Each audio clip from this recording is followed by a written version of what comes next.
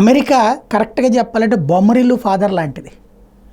బొమ్మరిల్లులో ప్రకాష్ రాజ్ విషయంలో సిద్ధార్థ్ మాట్లాడినటువంటి తరహాలోనే వ్యవహరిస్తుంది. ఏం చెయ్యాలో తనే చెప్తుంది, మళ్ళీ తనే చేసేస్తుంది. ఏం చేయకూడదో తనే చెప్తుంది. అలా చెయ్యకపోతే ఊరుకోదు, నెత్తినెక్కి కూర్చుంటుంది, విసిగిస్తుంది, నమ్ముకున్నోళ్ళనే ముంచేస్తుంది. దానికి సాక్ష్యం ఇప్పుడు ఇజ్రాయెల్. ఓ పక్కన భారీ ఆయుధాలు ఇచ్చినటువంటి అమెరికా క్రమంగా ఆయుధాలని తక్కువగా ఇస్తుంది. దీనికి ఒకటే రీజన్, మొన్నటిదాకా ఉక్రెయిన్కి ఇస్తున్న ఆయుధాలన్నీ ఆపేసి ఇటు పక్కకి ఇచ్చుకొచ్చింది, ఇజ్రాయెల్కి ఇచ్చుకొచ్చింది. ఎందుకని? ఇజ్రాయెల్ అక్కడ తన మిత్రుడే కాబట్టి. ఇప్పుడు రష్యా సక్సెస్ అయిపోతుంది, క్రమంగా ఎదిగిపోతుంది. కాబట్టి ఇప్పుడు రష్యాకి ఎదుర్కొనే ఉక్రెయిన్కి ఆయుధాలు ఇవ్వకపోతే కష్టం, కాబట్టి అటుకు మళ్ళించేసి. దానికి ఇక్కడ సాక్ ఏం చెప్తుంది అంటే మానవ హక్కుల ఉల్లంఘన కారణంగా అన్నటువంటి.